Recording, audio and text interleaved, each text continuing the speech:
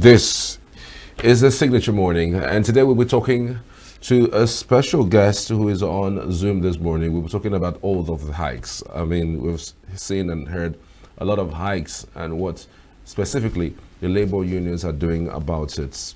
We have with us Comrade Victor Chukwuma Igbokwe, is a leader on organized labor. Good to have you. Good morning. Thank you for joining us this morning. Thank you for having me. Good morning. But I must correct my name. My name is Dr. Igbokwe Chukwuma Igbokwe, not Victor. Okay, Dr. Igbokwe, yes. Thank you so much for the correction. Thank you for joining us, sir. Thank you. All right, so the organized labor are looking to go on strike on March 1st. Well, protests now. It's protests specifically on March 1st, just because of these hikes by telecommunications network. What's your first point of call? How do you react to this particular news? Well, the reaction is normal.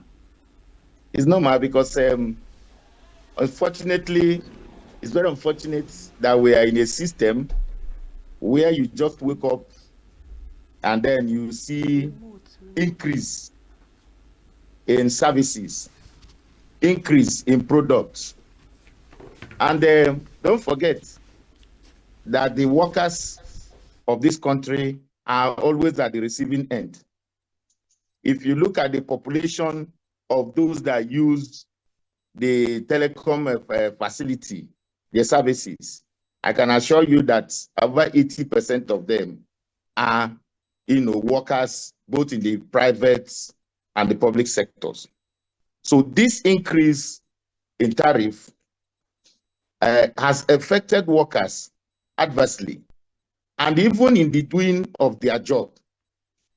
Even those who are in the informal sector, some of them rely on the telecom services to do their business, to connect, to relate, to market, to discuss on daily basis in their business. And this hike in tariff has affected them. And the worker is always at the receiving end because we don't have anything to increase. They have increased the tariff now, electricity tariff. Now we are talking of a telecom tariff, and we don't have anything to increase. Our salary remains constant. This is an attempt to even shut us out of the system. And we are saying, no, this will create unemployment. To create unemployment, it is going to affect the economy adversely. And one of the job of the labor unions, organized labor, is to protect this country, to try to protect the economy, to see how we can manage this economy for it to benefit the citizens. So that is why we have come out to say, no, you don't just hike. Let's have discussion. Let's go to the table and discuss this. Why the need and what should be done, and if need be, and other adjustments to be done. That is what we're asking for. And that is why we say, if you continue to hike arbitrarily, then we are going to also take up a struggle to make sure that such hike will not continue or did not succeed. On the right track when it comes to this protest. The reason is, I mean, there are some governors right now that have proposed to actually go with the minimum wage of 80,000 naira, but have not even implemented same. So you wonder, why is Labour not doing that, at least doing protests in those states that have refused to implement the new minimum wage? I don't know if you are aware, there are some states that have not even implemented the new minimum wage. They just announced a figure, and then the consequential adjustment has not even been done. So many persons think that Labour is not even organized to the point of carrying these kinds of protests. What do you make of that? Well, we are talking about two different things. Payment of minimum wage. If you say it has not been done, I don't think there's any governor who have come out to say, I will not pay. We have not seen that. But I can assure you, most states are in the process. We also check how many states have done minimum wage and done consequential adjustment. You see, they are greater in number. And as we speak, we have reports from all our states of the stages where they are and what they are doing. I am saying that there are two different things. There are two different things. That the minimum wage implementation is in progress. Some states have done. Some states are still with their committee doing the consequential adjustments. Some other states have various stages. So we are monitoring it. When we get to a stage that it is told that a particular governor, a particular state say they can't pay, then we go for action. But we are saying that does not stop us, because how much is the minimum wage? And if the telecom tariff is high now, what is it's also making mess of the 75,000 you are talking about. You know how much averagely a worker spends on telecom services. Then if you just increase minimum wage and we allow it to hike telecom facility, it will rub on even the 75,000 you're talking about. So that is why, and mind you, it's not only about minimum wage.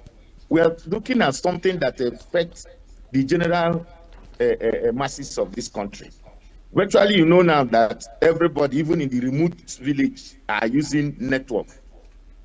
In fact, banking services are going down to the use of POS, the use of data, and so on in the remote areas. So anything that affects the tariff of telecom services will affect so many things. And that is why we are standing against it.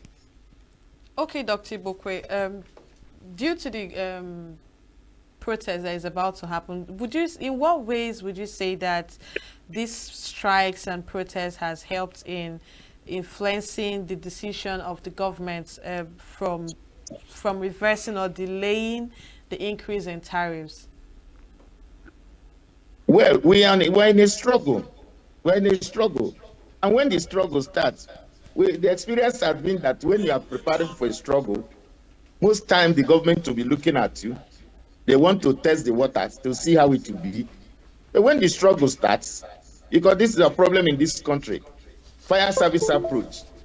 We wait until when action has started before they start calling you to come to negotiating table. Let's discuss.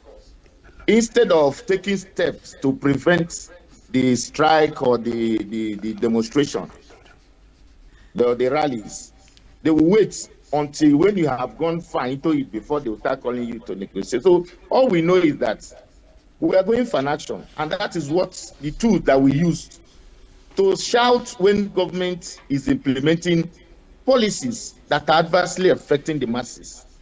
And that is why we are going to it, to determine how far it will go. Now, I cannot tell you, but we are going into the struggle. And when the struggle starts, it is only when you start a dance. When a dance starts, then you now know how far you can take it. So for now, we are preparing and we are saying no to hike of tariff. Speaking of how far this dance can go, what potential solutions could actually be explored to address the concerns of both government and organized labor regarding to this tariff hike in Nigeria? It's a simple thing. Before you hike tariff, sit down with somebody and let us look at the elements. What is justifying the tariff? And in what is justifying the tariff? Some telecom companies will tell you they are running gas, the cost of diesel. Then what has government done at that level to provide uninterrupted electricity? Government has a role to play. Security-wise, you have a role also to play. Because these are the factors that the electricity companies, telecom companies are citing as cases that is increasing their running costs that will necessitate. And then we make a comparison and say, in other African countries around us, what is obtainable there?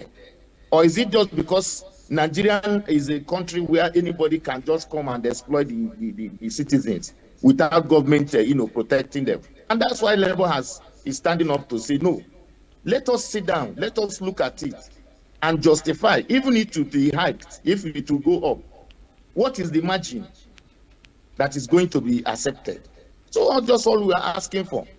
And if they have given that opportunity and let us do it, then there is no need for we don't enjoy strike, we don't enjoy demonstration. All right.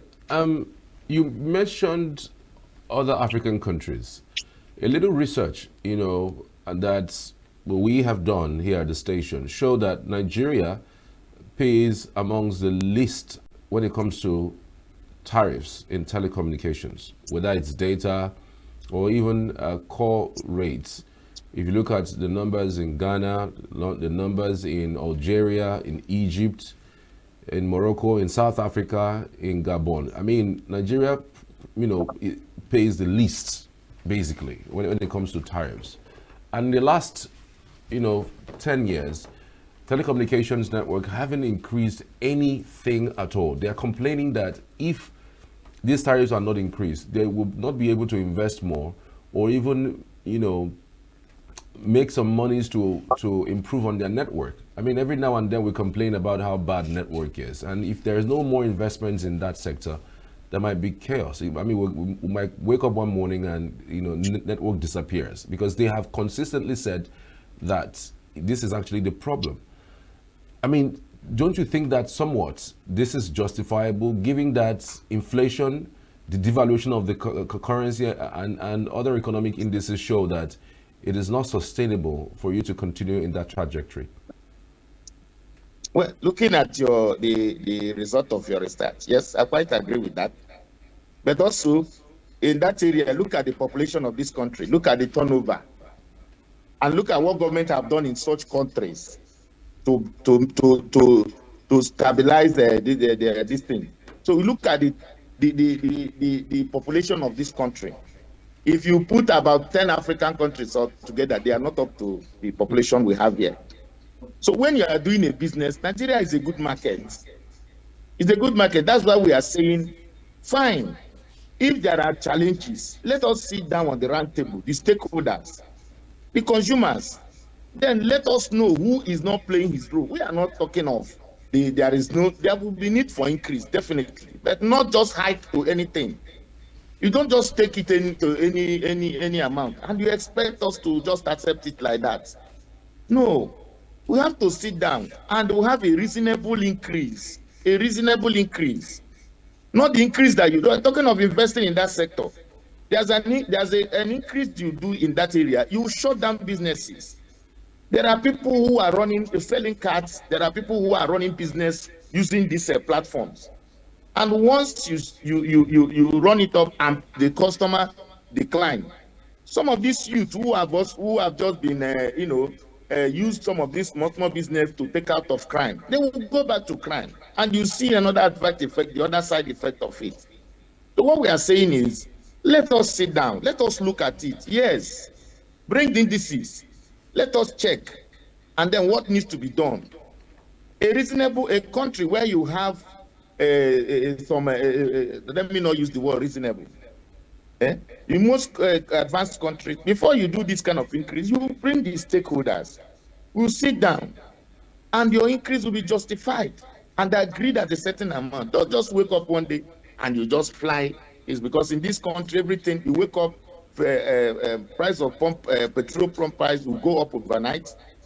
Tariff of electricity, you just hear it overnight, it change. Sometimes you will not even hear it. When you pay your bill, you now discover that it has been increased. Understand? So we are saying that enough of that. Labour is saying that if government don't care for their citizens, Labour is here at least to say no to these policies that will bring further harsh suffering to the people of this country. All right. Let's also talk about this engagement you spoke about. You said that there was no roundtable discussions, but the NCC, was carried along. I'm talking about the Minister for Communication, Tunji Ojo. I mean, there was even a time lag giving. That meeting was held in January, and then there was this agreement that was made, of some sort. And I also understand that there's even a meeting that has been called where Labour also was involved in. And I'm wondering why the strike, why the protest, if there was a meeting that Labour was involved, about this particular tariff hike. If you call a meeting, what is the purpose of that meeting, my brother? When you call a meeting has an aim to achieve. If somebody is preparing on action and you call a meeting, that meeting should be able, to reach an agreement that will stop such action. So if at the end of the day the meeting didn't reach such agreement, that means the meeting didn't achieve its aim, or the meeting was just formally called to put up a defense that we tried to. But if the meeting at the roundtable meeting, even in war, after war, people still come to roundtable and take a decision to end the war. So if the government and the providers are sincere about let that meeting achieving a result, that meeting would have achieved the result, and by now the issue of demonstration or issue of rallies or strike would have been forgotten. It to show you that the meeting was called, but the meeting did not achieve its purpose. If at all the purpose of the meeting was even to address the issue, maybe it was just to make a point that we invited Labour and we met with them. But what did you bring to the table? And what Labour took to the table? How did you consider it? Which one did you accept? Or you just say, no, we can't do it, we'll continue. Of course, things don't work like that, my brother. So what nature would this protest take? Like, 1st of March is a protest. What happens afterwards? If it doesn't go down, if nothing happens, if there's no meeting in order to either review what has happened, what does Labour do afterwards? Well, Labour is not one-man business. In Labour, we have organs, we have national leadership, we have state leadership, we have leadership at the local government level and the units. So this is an action. Even as I'm sitting here now, I cannot say that that demonstration must take place if they do the needful. So if the government and the providers put their head together and decide to say, okay, we have to listen to Labour, we have to take it, then the demonstration will cease. It will not go on. So I can't tell you exactly how it will go. Like I said earlier, it's a dance. When you start it, you can change your style. There is the beating. The beating of the drum will either increase your dancing step or slow it down, or we will change it entirely and start jumping up, as the case may be. So I cannot sitting here now and tell you that this is how it will go. But even the protests have been fixed, marked, but it can still be averted if governments and the providers are sincere to themselves and they want it averted. It can still be averted. They can still call meeting. From now to 1st March is still far. They can still call meeting, they can still put things in place, and then that will be averted.